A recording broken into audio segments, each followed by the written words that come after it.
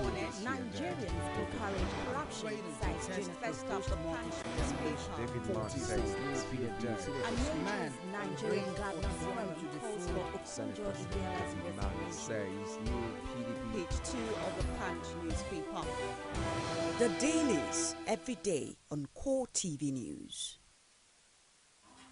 Welcome to Core Digest Friday. Good to have you join us again. Time now to run you through top stories making headlines on some of Nigerian newspapers. I have The Nation, the Vanguard, the Punch, and I believe the Guardian newspaper. And I'm joined this morning by Barrister UZONO.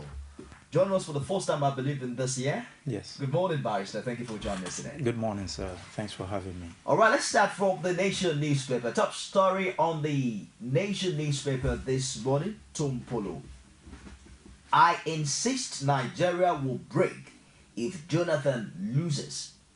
And the writer here says Dokubo attacks Danjuma. Minister Jonathan will concede if what? You want to find out details on the front page of the Nation. I believe that story continues on page 4 of the Nation as well. Boko Haram in 130 villages, towns. Chad captures Nigerian town. And inside you have government inaugurates 60 billion naira steel mill in Shagamu. That's on page 11. Power down by 127 megawatts, page 11 of the Nation. And the front page picture shows what electioneering looks like this day. All right, let's kickstart from this particular inciting statement. You also recall that prior to this time, the National Security Advisor told Mr. President to arrest Tumpolo. I believe he also mentioned another person's name, Dokubo, as regards some of the very inciting statements he believed they've been making recently. What are your thoughts along this line? The basic thing is, do they have the capacity to give effect to their threat? If they do, then it's a security issue. If they don't, then it's just somebody who is making noise. You remember that prior to this time, you had a lot of northern people making such inciting statements. We had issues like one of the candidates running for the presidency saying that if he does not win, then, or if what happened in 2011 happens again, then the baboon and the dog will be soaked in blood. The issue is, what do you mean by baboons and what do you mean by dogs? That has not been clarified. Now, if you go back in time, you discover that the 2011 elections was adjudged to be one of Nigeria's freest and fairest. So if somebody could make such a statement without any serious proof that that election was marred by irregularities, then there is a problem. What's the provision of the law as regards all of this? Because some will talk about the freedom of expression. Does it have boundary within the law? Do we have a rule of law in Nigeria that allows anybody to say anything without possible prosecution? No, the law is very clear on point. When it comes to making statements, you are free to express yourself. But what happens after you express yourself, that's what matters. Now, we are in a democracy and everybody is conscious. Everybody wants to win and everybody doesn't want to make the wrong choices. And you don't just pick people up. In the military, during the military era, you could pick people up on any excuse. But under democracy, you have to be very careful, because if you prosecute somebody wrongly, he may turn around to sue you, what they call malicious prosecution. So the issue now is the DSS and the SSS and all of the security agencies have to find out whether this constitutes security breach or whether this could be ranked in the class of a treason. Are we talking about an ambiguous Nigerian law that has not been able to identify whether Fayoshe's advert on the front page of the paper or what Tumpolo and Dokubo have said do not in any way breach the law in Nigeria? Is it about the ambiguity of the law or the lack of willpower to actually prosecute? The problem is you are looking at certain people that have become almost like mouthpiece of certain regions. If for instance, you arrest Abdullahi, you're going to have problems. If you arrest Buhari, you're going to have problems. If you arrest El-Rufai, you're going to be in problem. If you arrest because of maybe statements I've made in the past. The same thing if you go to South and you pick up Asari, for instance, you are going to have a problem. Why? Because those people will say the northern elements have been saying things, inciting enough to break the country. You didn't pick them. Asari was actually picked several times. You understand? But we are nearing elections, and tensions are already at fever pitch. Really, what I want to identify is that as a lawyer, do you see any of the statements that you've heard in recent time breach any particular law according to the Nigerian Constitution? Well, according to the law, the problem now is it's about who will have the nerves to go and pick who. Because of the way Nigeria is. Has the law been broken? The law that Nigeria will break if in real time the SSS should call certain people to question. That's natural. Then if there are no elements for them to be prosecuted, they will be let go. That is where the Nigerian situation is not like the ideal American situation or the ideal UK situation. You have to follow it with wisdom. Otherwise, you'll be doing the right thing, but you won't have a country anymore. Will it be right to say that we have certain individuals in Nigeria now that are bigger than the law? I wouldn't say that. Or we have to be diplomatic in interpreting what the law says? No, we have to be cautious. We have to tread warily when it comes to these matters. You understand? Because of our own reality. That is just the truth. If you said Nigeria will break if Jonathan does not win, on what criteria? If it's rigged out? If it's rigged out, then we can see, okay, there were reasons for such provocations. You know, in law, even when a person commits a crime, we want to check his mental state. We want to also check the fact that what is alleged to have been done has been done. What exactly are the limitations of the freedom of expression? Can I come on air and say out of my, the fact that I'm exercising my constitutional right, do I have the freedom to say that Nigeria will break if certain things do not happen, really, within the context of the law? I just want to identify if this particular statement in any way has breached any particular law in Nigeria. Virtually all the inciting statements that have been made from all the regions have breached the law. That is the truth. But certain people have grown to become almost like cult heroes. And if you pick them, for instance, if you go and say, okay, I'm going to pick Buhari because he said Nigeria will be in trouble if, just about 3 days ago, that Nigeria will be in trouble if PDP wins the election. But when you want to look at it, you have to look at it critically. In what context did he say that? Because people have a way of picking words out of context. He may have said a lot of things leading to that premises. For instance, we had a caller yesterday who also mentioned a particular statement by the APC presidential candidate. He said it in Hausa, so we were finding it hard to understand. But a person sent a tweet yesterday and says the Hausa simply means saying vote, protect the vote, escort the vote to the collation center, and wait for the results to be announced. Oftentimes we hear politicians say, do not only vote, but protect your vote. What exactly are the legal means that the electorate has to protect his or her vote? Because on the other side, there are people who believe that that could also incite violence. It will. It certainly will. And it's a very dangerous precedent. Because the way I see it, I've been following the developments in terms of this presidential race for as long as I could remember. Immediately the primaries were done, and I keenly have been following it. I think there's a lot of desperation, especially on the part of the opposition, which is making even the government in power to react. And it's not healthy for democracy. For instance, it's supposed to be a debate organized by Broadcasting Organization of Nigeria, BON, and the opposition said they are not coming. This will have been an opportunity for you to come and sell yourself and sell the agenda that you have and then the blueprint of how you're going to implement it. But they said they're not coming. Have you also considered the reasons that they gave let me go back for to, not coming? Let me go back to, yes, I've heard the reasons, but I don't think the reasons are cogent enough. For instance, like you invite Agbaji and he says, no, I'm not going because the opposition has a structure. If you think that the umpire is biased, for instance, would you put yourself in the APC's shoe if you are going to a fight and then you already know the sponsor of the referee, would you still go on with that particular fight?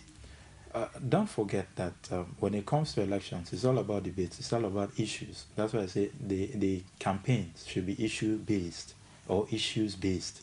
In other words, sell us your programs. Let us get to know what we are going to get out of it if we vote for you. If you shy away from telling me what I'm going to get, it's just like a man trying to court a lady for purposes of marriage. He has to sell what he intends to do and how the girl will benefit. If she doesn't understand how she's going to benefit in the equation, she'll pick somebody else. Let's quickly open the phone line so we can have the viewership perspective as we get this latest development. Please go ahead with your contribution. Yes, so that's what we're talking about. Now we're talking about, are there limitations in terms of freedom of expressions? Yes, you could talk about somebody in a light that is not good. That's defamation. And there's criminal defamation, there's also civil defamation. And then there is treason. So there are lines you shouldn't cross when it comes to expressions. I'm against to wonder what the role of the judiciary is in all of this because... hello, good morning. Good morning, this is Nasamo calling from Ilorin. Nasamo from Ilorin. Yeah. Please go ahead with your contribution. Yeah, good morning, Mr. Femi. I just want to clarify some things about what your guest is saying this morning. Okay. When Buhari said there's going to... He said if I hit the rig, he didn't say it's going to do anything the rig, and there's going to be problem. He didn't say just like that he cannot have win. No, he said if the rig. Aside the Kubo, he's a militant. He didn't say he said it categorically that if either Jonathan wins, either Jonathan loses, legitimately, any other wise, that if Jonathan loses, there's going to be problem in this country, that the country will break. He didn't say if it is rigged, if Jonathan is bring down, he didn't say so. He said if Jonathan loses, there's going to be problem. So please, let's clarify all these things, because you can't just say because a militant or somewhere is talking, then it now becomes somebody else. No, there will, let's try to clarify things the way it is. And don't let us to be, because the man there is just trying to judge, or maybe it's a people I wouldn't know. But you see, let's go to the fact of what is happening. And because people are watching, everybody is watching, the whole Nigeria is watching you. It's all right, Nasamo. I believe that you made your points there. Let's begin to look at the role of the judiciary in all of this, because if indeed there is an obvious break of the law, and then we seem to be shying away from it. The leadership is shying away from it. We're being diplomatic about it. We're saying, oh, we can't prosecute this person because the prosecution of this person might lead to another thing. What do you think should be the role of the judiciary in this particular situation? The judiciary does not just jump into matters like this. There are institutions, there are security agencies that should be able to determine whether the statement made is insightful enough to cause apprehension or to cause a breach of the public peace.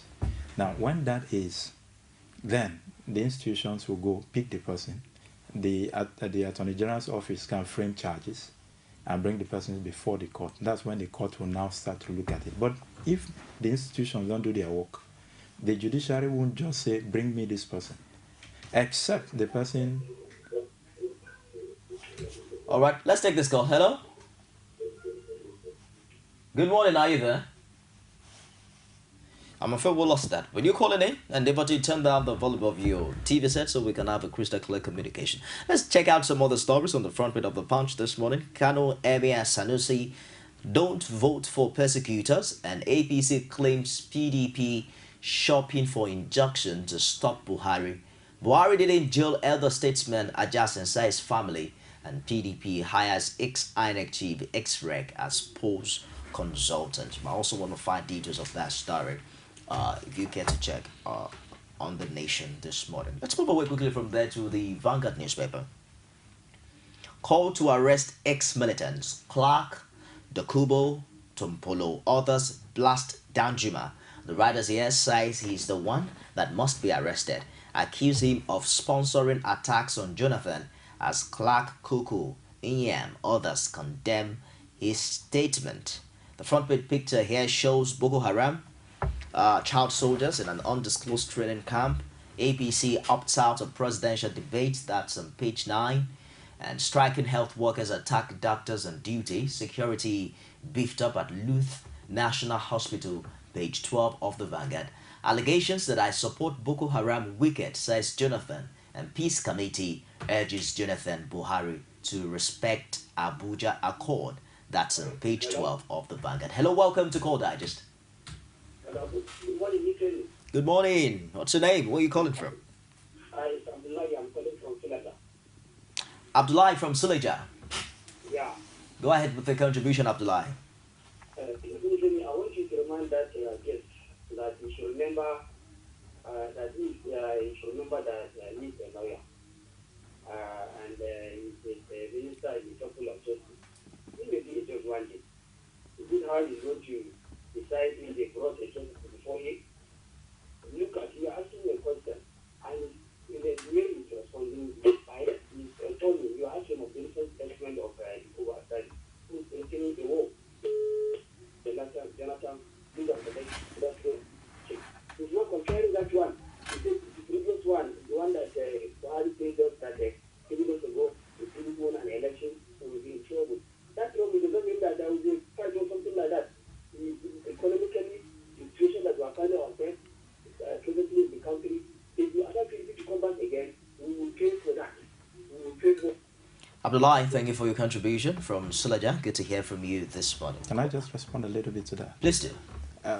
People are not paying attention to the facts. You remember the president was pelted in Katsina.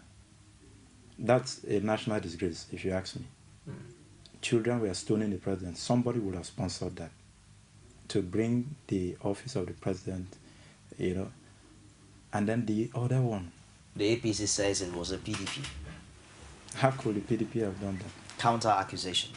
So the problem is that people are not in line with the facts, and they're not marrying the facts with what is happening. The country now needs to be balanced. There's already, people are apprehensive as in concerning the elections. And then you discover that even PDP people were attacked in one of the states, northern states, and people were slashed, people were killed, the office were burnt, the cars were burnt. So while people are saying that it appears your guest is tilting towards PDP, I'm trying to look at the facts as they are. But are you a PDP advocate? What then I'm saying is this: whoever has made an inciting statement, the institutions can pick up, and you have to trace where it began up till now, and pick them. If the institutions can't do that, I only say, okay, maybe the reason is because they want to ensure that things don't go out. You're saying that it will be because fair of our peculiar political picking reality. some people and leaving the other out. But the fact it's, that it's good you pick everybody that has done that. But what is responsible for the situation we find ourselves, whereby people are obviously breaking the law, but there is nothing decisively being done about it? Can we trace it back to leadership, so to speak? We will not. I don't think it will be okay to trace it back to leadership. A lot of things could go out of whack. And when it comes to the season, sociologists call it a season of anomia, where things are not as they ought to be. There are reasons. Sometimes there are people inciting those things. And if you have been on social media for some time, you see the argument for and against each of the candidates. They're very boisterous, and people insult people on social media.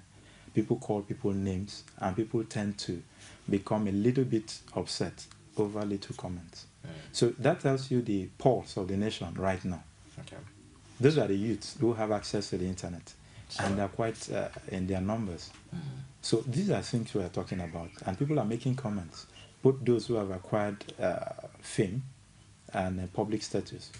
And we have to be very cautious. It's time to call ourselves back to order. If you start, there are certain people you pick naturally in this Nigeria, as I can tell you that, and the whole of that region will just be on fire. It's all right.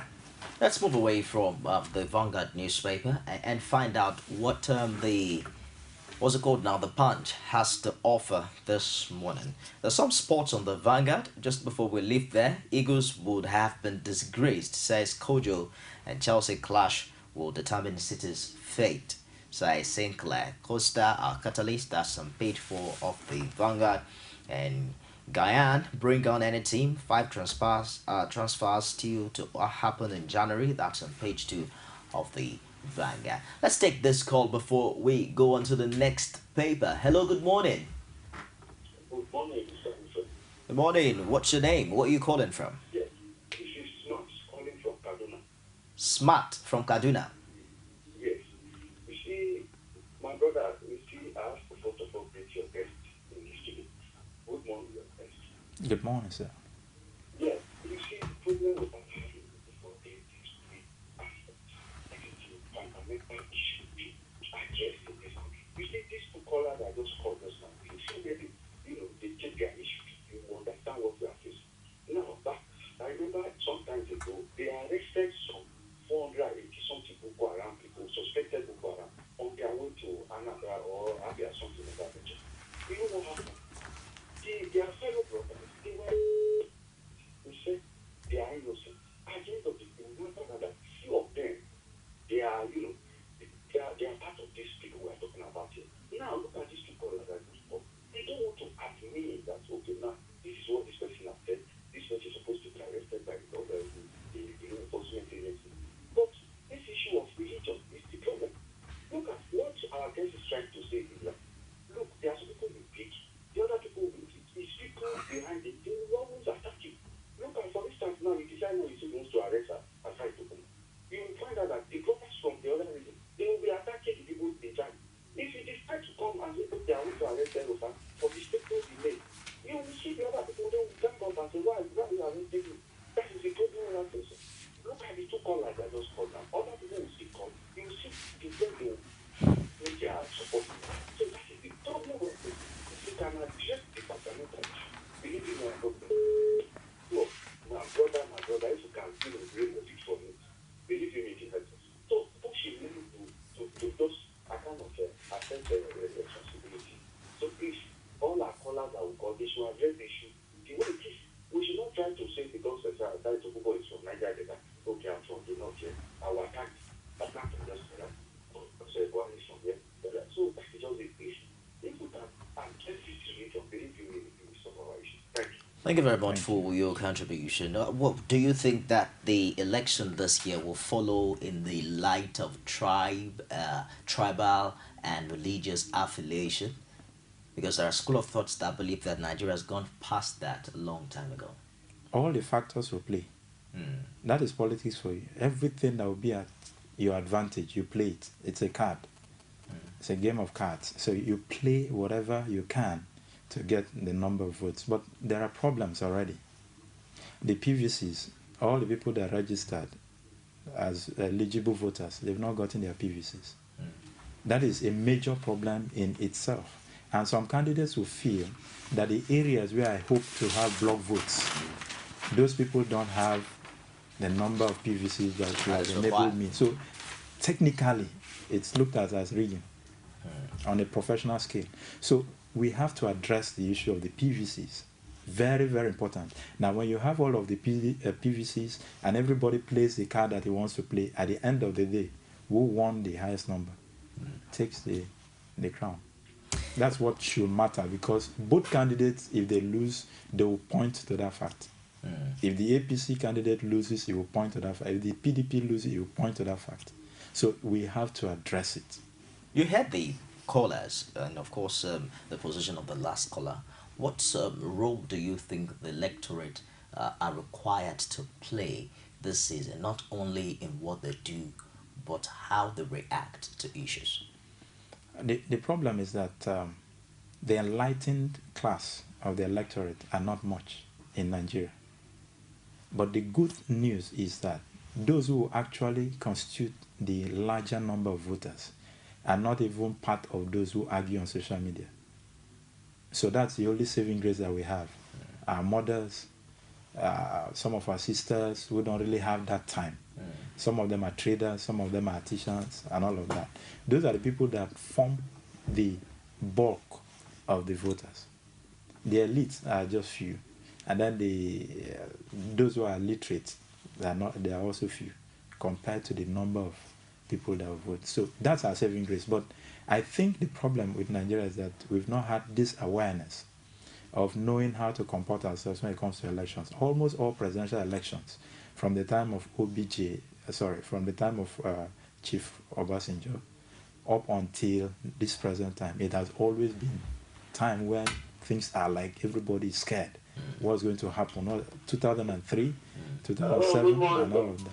Let's take this call. Hello, good morning. Good morning, Dr. Salisu from Niger State. Salisu from Niger, please go ahead. You have 1 minute. Yes, sir.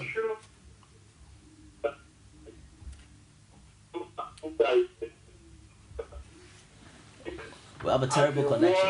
What's wrong? It's not like that. What will I say?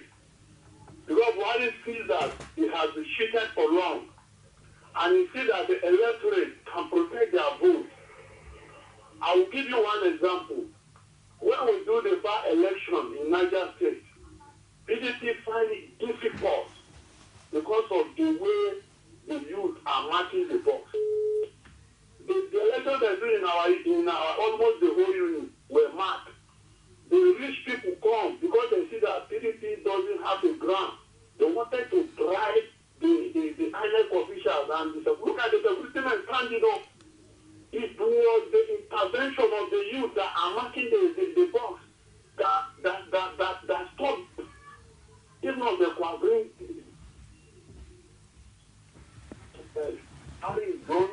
Terrible network connection there, Salisu. You might have to call us back. We have to wrap up this segment now. In protecting one's vote, yes, what are those limitations within the confines of the law? Because we hear politicians say often that don't just vote, stick around and ensure that your vote is counted or protected. What are the limitations within the confines of the law that the electorate must bear in mind? The confines of the law says you can stay where you have voted, you can count it, you can listen to it being counted, and you are sure that who you voted for, or the mass of people that voted for a particular candidate, they've heard what it is. Now, after that, you can't go beyond where you have voted. So for you to ask people to escort those polling to INEC, it doesn't make sense. Okay. They have to be at their ward. After they find out within the neighborhood where the law permits you to walk up to, you could go find, okay, this person has won, and then you go back home and relax. But for you to ask people to guide the vote, who are even those who will guide the vote? Sometimes I discover that even the ruffians are the ones who escort that thing, and they are ready to kill, they are ready to maim. So you don't call for anarchy. Okay. The people who don't want trouble will stay in the house. Then those people who are hot-headed will be the ones that are following INEC about. And it will cause reasonable apprehension to the INEC officials. UZONO Yes. is a legal practitioner and a public affairs analyst. Thank you very much for joining us today. Thank you, sir, for on having me. Call Digest. We'll take a short break. We'll be back with more top stories on the front page of the dailies. And of course, we'll take more of your calls. Stick around. Don't go away.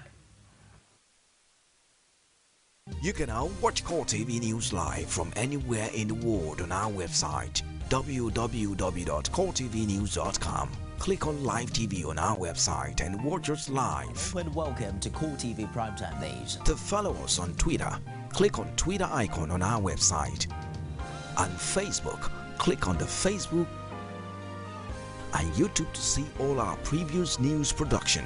You can also watch us live on YouTube.